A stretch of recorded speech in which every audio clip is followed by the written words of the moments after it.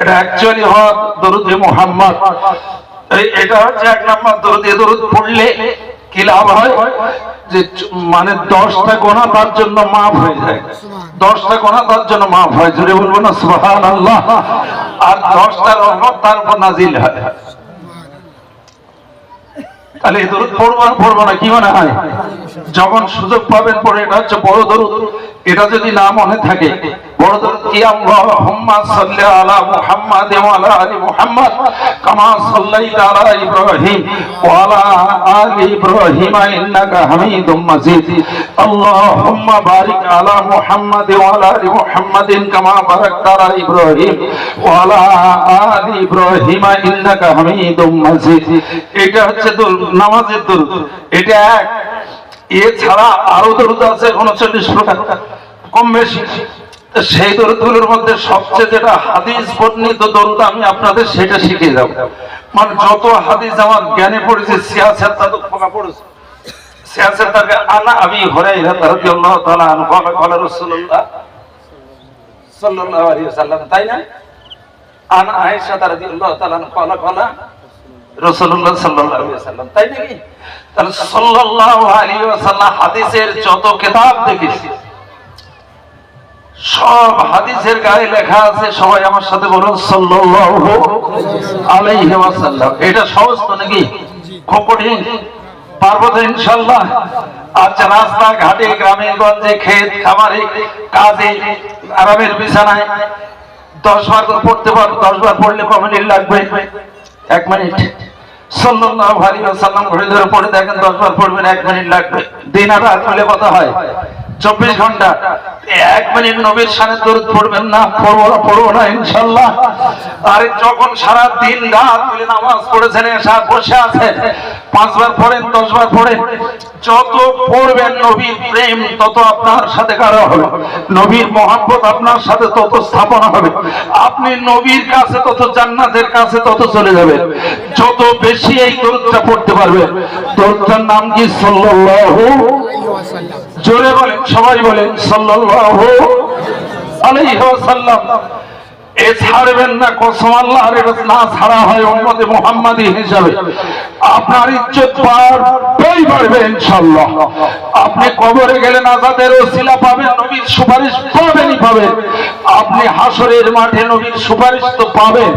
আর জান্নাতে যেতে গেলে অবশ্যই নবীর কাছাকাছি থাকবেন ইনশাআল্লাহ। তাহলে এই আমলটা আমরা ছাড়বো? এটা তো নিজেদের করতে হবে না। আল্লাহর ওলি করেছিল আজ থেকে 14,000 বছর আগে, সেইটা বলে ঘরে যাবো? আমি সেই ওয়াজ করি না। আমি আমাদের নিজেদের দায়িত্ব পালন করতে চাই। আমাদের কি করণীয় সেটা করতে হবে ইনশাআল্লাহ। এই ওয়াজ সারা জীবন ভর করি আমি, আমাদের করতেই হবে। আপনি প্যান্ট শার্ট পরে থাকেন, টুপি মাথায় দেন, আপনি হাজি জামা গায়ে দেন, নাই দেন, আপনি যেমন লুঙ্গি আর গামছা গায়ে আছে, আপনি রাস্তা থেকে হেঁটে হেঁটে হেঁটে হেঁটে একা ঘরে যাচ্ছেন। তো পথে নির্জনে কেউ নাই, বিবি নাই, মা নাই, বাপ নাই, কলিজা আর বাচ্চারা নাই, আর বন্ধু বান্ধব কেউ নাই, আপনি একা হেঁটে হেঁটে হেঁটে হেঁটে যাচ্ছেন। ওইটা যদি আপনি একবার আলহামদুলিল্লাহ, 10 বার সুবহানাল্লাহ, না হলে আপনি আল্লাহু আকবার এগুলো পড়তে পারবেন না? না শুধু আল্লাহ আল্লাহ আল্লাহ, এটা 10 বার পড়তে পারবেন না? তা আপনি আপনার মাবুদকে যত বেশি ডাকবেন, মাবুদের সাথে বন্ধুত্ব আপনার তত বেশি হবে।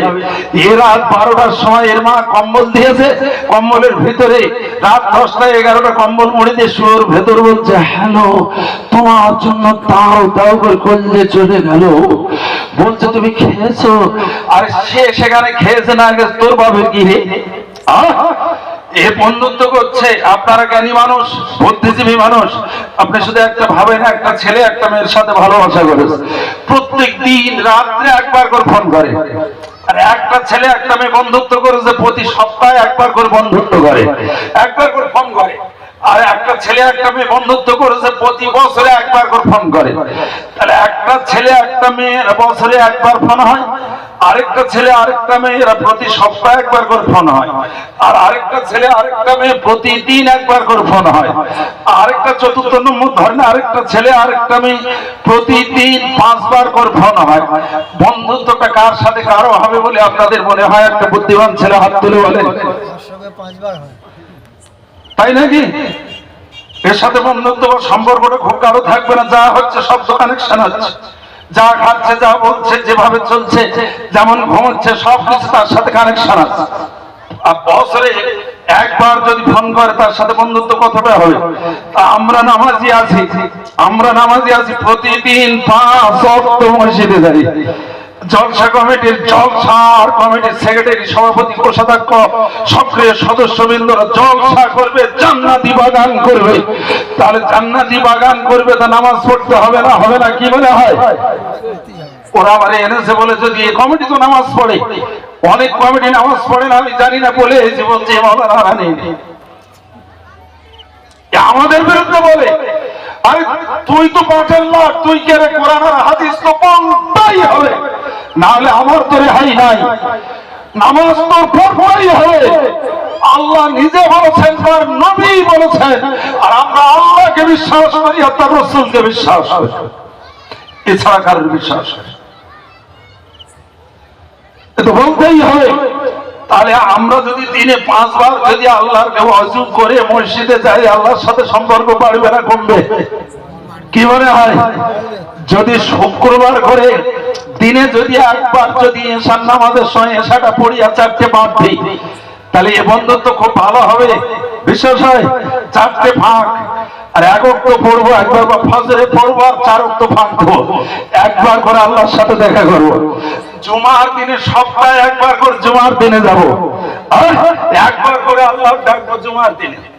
এর বন্ধুত্ব কিরকম হবে? আর তুই মানে ঈদের সময় বছরে একবার যাবো, আর সারা বছর যাবো না।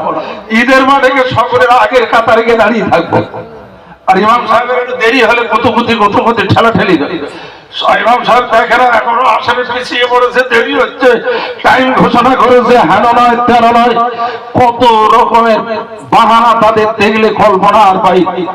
তাহলে ঈদের সময় যদি একবার ফোন করি, আল্লাহ একটা মেয়ের কাছে তো সম্পর্ক বেশি বাড়বে না, ওই মেয়েটা আপনার জন্য বসে থাকবে না, ওর বাবা অন্য জায়গায় বিয়ে দিলে হয়ে যাবে। সপ্তাহে একবার করলে ওর সাথে বন্ধুত্ব ভালো হবে না। রোজ যদি যার সাথে আমার মাহবুদের সাথে, রবের সাথে, আল্লাহর সাথে, আল্লাহ জি খলাক, যিনি আমাদেরকে সৃজন করেছেন, এটা আছে না, আল্লাহ জি খলাক, মানে 30 পারা কোরআন তো 29 পারায় আছে, সূরাটার নাম সূরা মুলক। সেখানে আছে যে আল্লাহ জি খলাক, আমি আল্লাহ সৃষ্টি করেছি সাবআ সামাওয়াতিন তিবাক,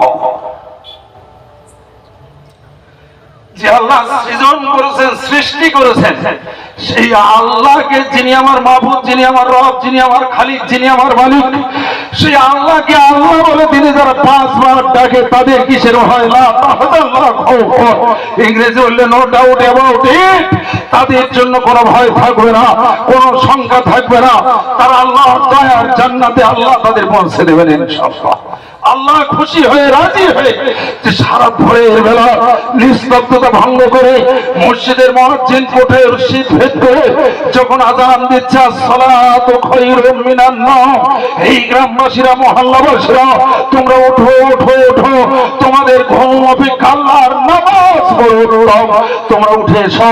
একজন নামাজি সে তার বিবিকে ডেকে দিচ্ছে, বিবি গো তুমি ওঠো ওঠো ওঠো, হে অর্ধাঙ্গিনী সহধর্মিণী নয়ন রঞ্জিনী ভুবনময়ী স্ত্রী, তুমি ওঠো ওঠো ওঠো, তোমার ঘুম অপেক্ষা আল্লাহর নামাজ উত্তম। তোমার হৃদয় রাজ্যের রাজা, অন্তরাজ্যের বাদশা, প্রিয়তম স্বামী আমার পাশে আরামের বিছানায় শুয়ে থাকা অপেক্ষা আল্লাহর নামাজ উত্তম। বিবি তুমি ওঠো, আল্লাহর নামাজটা পড়ে নাও। স্বামী উঠে গেল, বিবিকে ডেকে দিল, বিবি জানতে পারলো, বিবি উঠে গেল, স্বামীকে ডেকে দিল। আল্লাহ তাবারক তাআলা তার নবীকে বলছেন, হে নবী গো তুমি ওদের বলে দাও না নবী, হে রাসূল শোনায় দাও গো রাসূল, হে হাবিব তুমি জানিয়ে দাও গো হাবিব। এটা আছে 21 পারা সূরা সিজদা, তাতা জাফজুনুবুহুম আনিল মাজাজি ইয়াদউনা রাব্বাহুম খাওফা। আল্লাহ বলছেন নবী গো তুমি ওদের বলে দাও না নবী, হে রাসূল শোনায় দাও গো রাসূল, হে হাবিব তুমি জানিয়ে দাও গো হাবিব, যারা আমার ভয়ে ভীত হয়ে, যারা আমার ভয়ে সন্ত্রস্ত হয়ে, যারা আমার প্রেমের পাগল, যারা আমার সাথে মহব্বত করতে চায়, যারা ভালোবাসা করতে চায়, যারা বন্ধুত্ব করতে চায়, দেখো দেখো হে নবী তুমি দেখো ভোরের কঠিন শীত উপেক্ষা করে তারা ওযু করে নামাজে তারা দাঁড়িয়ে গেল, আমার সাথে চুপি চুপি কথা বলছে। তুমি দেখো দেখো দেখো নবী তুমি ওদের বলে দাও আমি আল্লাহ ওদের জাতা পুরস্কার দেব না, আমি জান্নাতুন নাঈমুন, আমি সুশীতল আমার পছন্দের আমার মনের মতো সুশীতল জান্নাত আমি আল্লাহ ওই বেটা ছেলে মেয়ে ছেলেকে দান করে দেব। সুবহানাল্লাহ। এটা তো 21 পারাতে আছে, আল্লাহ ঘোষণা দিয়েছে। আপনার ভয় কিসে, আমার ভয় কি? আপনি ভীত হবেন কেন?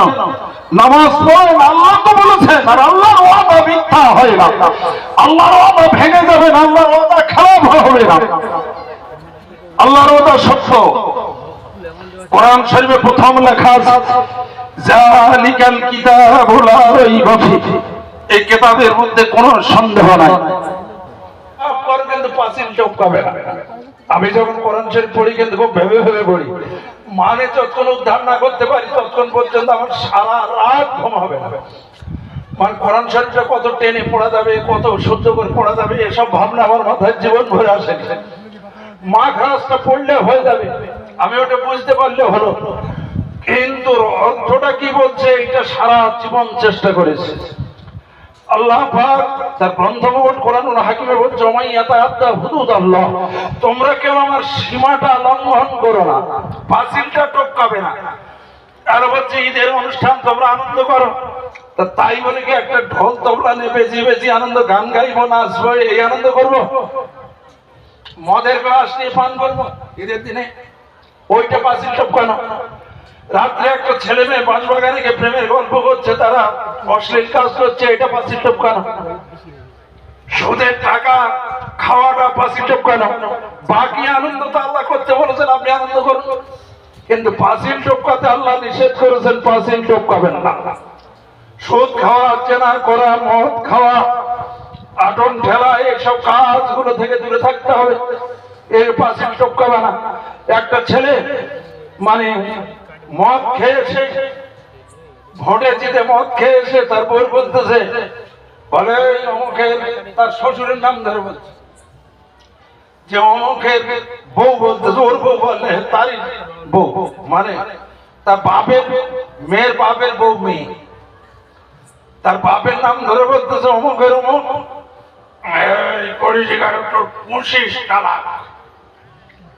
বলতে দেখো তুমি কি বলতে কি বলতেছ, বলে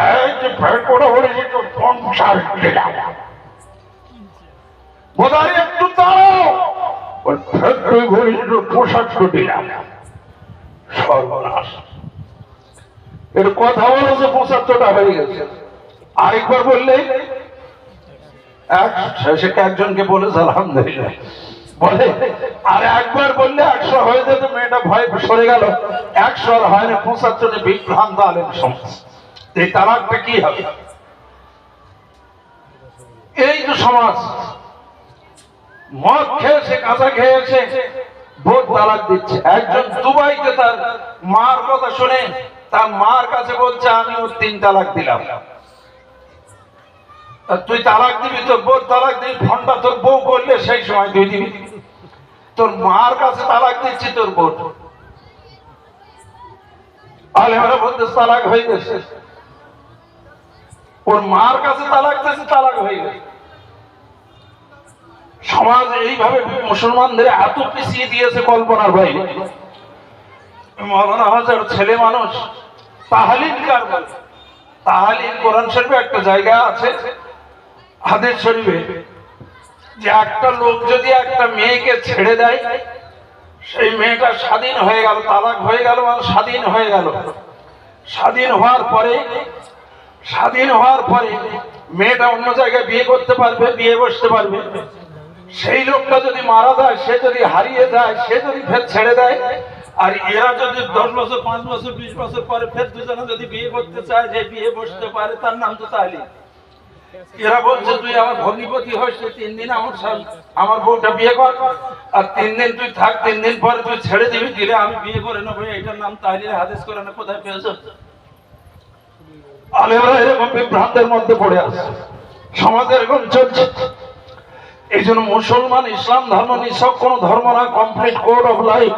ও my brother sisters brother Sufil শোনো, এজি ধর্ম না, বিজ্ঞানে ভরা ধর্ম, দর্শনে ভরা ধর্ম, রাষ্ট্র বিজ্ঞানে ভরা ধর্ম ও শিশু বিজ্ঞানের ধর্ম। আপনি যেটা চাইবেন সেইটা ইসলামের মধ্যে আপনি খুঁজলে সবটা পাবেন। কোরআন শরীফ বলছে ইয়াসিন ওয়াল কুরআনিল হাকিম, এই প্রজ্ঞাময় কোরআন, এর কাছে প্রজ্ঞাময় কোরআন, প্রজ্ঞাময় কোরআন বলছে এর কাছে যা চাইবে তুমি সেই রকম একদম দর্শনে ভরা বিজ্ঞানে ভরা কোরআনের কাছে যা চাইবে নিখুঁত জিনিস তুমি পেয়ে যাবে। এর মধ্যে কোনো জোড়ন নাই, এর মধ্যে কোনো বেড়া নাই, এর মধ্যে কোনো রকম বেড় নাই, এর মধ্যে কোনো বন্ধকতা নাই। একেবারে পরিষ্কার ধর্মের নাম হলো ইসলাম। সেই ইসলামকে আজ আমরা অনেক কঠিন করে নিয়েছি। ইসলাম পাশাপাশি এক দুদিনের ধর্ম না তো, ইসলাম আদম, প্রথম আদম আলাইহিস সালাম থেকে ইসলাম আছে।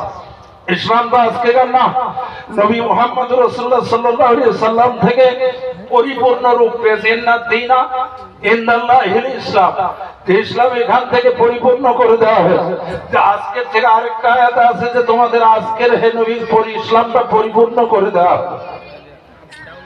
কিন্তু এই ইসলাম গোড়ায় থেকে আছে, সেই ইসলামে আজকে মুসলমানরা মাথা নিচু করবে কেন? তার কেন মাথা নিচু করার জায়গা? ফিলিস্তিন হোক আর আমাদের ভারতবর্ষ হোক, মায়ানমার হোক, আর গোটা দুনিয়াতে আজ মুসলমান লাঞ্ছিত, অপমানিত, শোষিত, বঞ্চিত, নির্যাতিত, পদদলিত, ভুলণ্ঠিত কেন? মুসলমান কোরআনটা আঁকড়ে ধরতে পারেনি, মুসলমান নবীর হাদিসটা আঁকড়ে ধরতে পারেনি। কোরআন এবং হাদিসের নির্যাসটা যদি মেনে নিত, কসম আল্লাহর, একটা মুসলমানের গায়ে কেউ একটা কাঁটার আঁচড় দিত না। মুসলমানদের গায়ে একটা কাঁটার আঁচড় পর্যন্ত কেউ দিত না। জানে মুসলিম আরো খাঁটি লোক, ও সত্য কথা বলি, ও দোকানে বাকি করে নিয়ে গেলে ডেটে ডেটে টাকাটা দিয়ে যায়, কথা খেলাপ করে না। ওই যে হাতটা সাকাদা, যখন কথা বলে মিথ্যা বলে না, ও সত্য কথা বলে। ও মদ খায় না, ও চুরি করে না, ও ডাকাতি করে না, ও খুন করে না, ও লোকের জমি কেড়ে নেয় না। মুসলমান মানে খাঁটি। ওর কাছে ৫,০০০ টাকা রেখে আসলে চাইতে গেলে টাকাটা দিয়ে দেয়, ও আমাদের খেয়ানত করে না। তার নাম হলো মুসলমান। সে মুসলমানের জায়গায় নেই বলে তো আজ গোটা দুনিয়াতে সব মার খাচ্ছে। কেন? সাদ্দামের জন্য বহু পৃথিবীর লোকেরা দোয়া করেছে, আল্লাহ পেছিয়ে দাও, বাঁচাতে পেরেছে, দোয়া কবুল হয়নি। কত লোকের জন্য দোয়া করছে, হচ্ছে, দোয়া কবুল হয়নি। কেন হয়নি? আমরা কি মাল, সেটা তো দেখতে হবে যে আমাদের দোয়া কবুল হয়।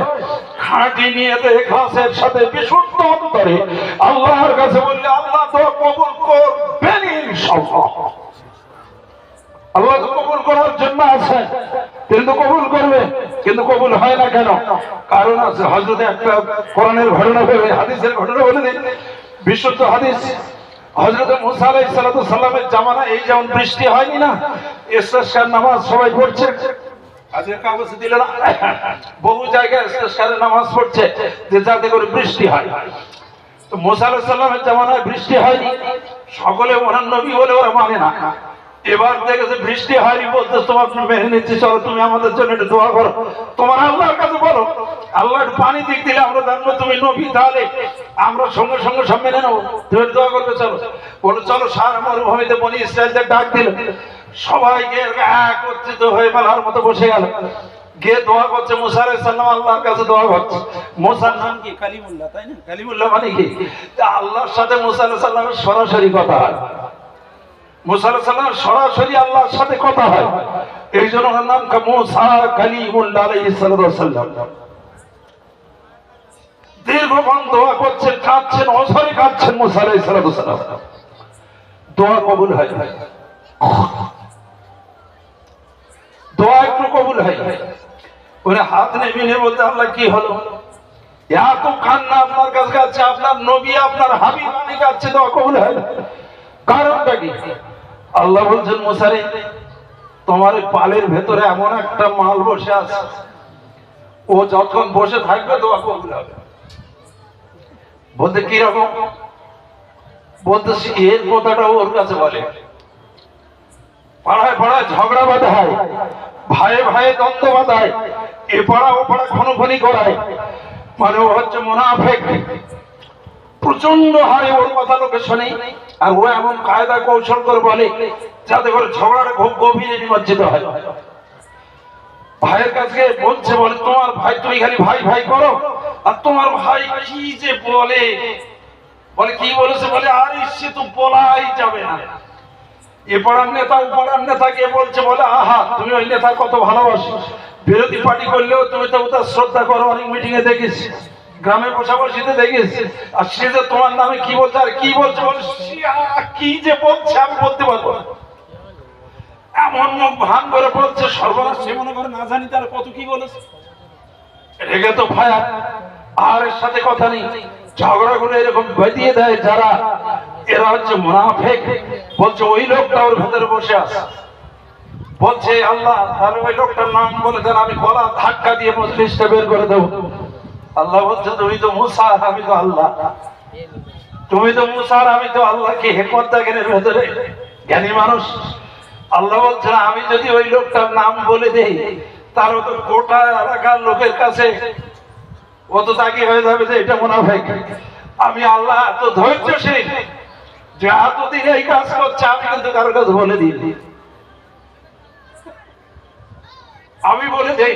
আপনারা কোরআন শরীফে আরেকবার দেখবেন, দায়িত্বের সাথে বলছে হযরত দাউদ আলাইহিস সালাম সোনার চেয়ারে উনি রাষ্ট্রনায়ক বসে আছেন, একটা ভিক্ষুক এসে, এনারা রাজপ্রাসাদে মন্ত্রী কোটাল সব আছে, একটা ভিক্ষুক এসে বলছে আমার আজ 3 দিন খাওয়া হয়নি, যা বলা আমাকে কিছু খাওয়ার ব্যবস্থা করে দেন।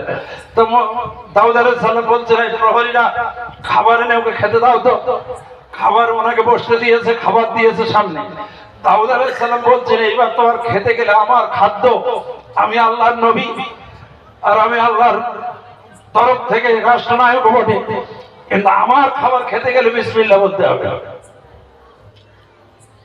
আমি মুসলিম, আমার খাবার খেতে গেলে কি বলতে হবে, জোরে বলে বিসমিল্লাহ, বিসমিল্লাহ বলে খেতে হবে। ভিক্ষুক কত সাহসী থাকে, 3 দিন খাওয়া হয় না, ভিক্ষুক বলতেছে খেতে দাও চাই নাই দাও, আমি কিন্তু বিসমিল্লাহ বলতে পারবো না, আমি কিন্তু বিসমিল্লাহ বলতে পারবো না। দাউদ আলাইহিস সালাম তো বিসমিল্লাহ না বললে খেতে দেবো না। ভবিষ্যৎ বলছে যদি আপনি না দেন তবে চলে যাবো, সে ভালো কিন্তু আপনার খাবার খাবো না। উনি বিসমিল্লাহ বলেন নাই, খাবার রেখে চলে যাচ্ছে।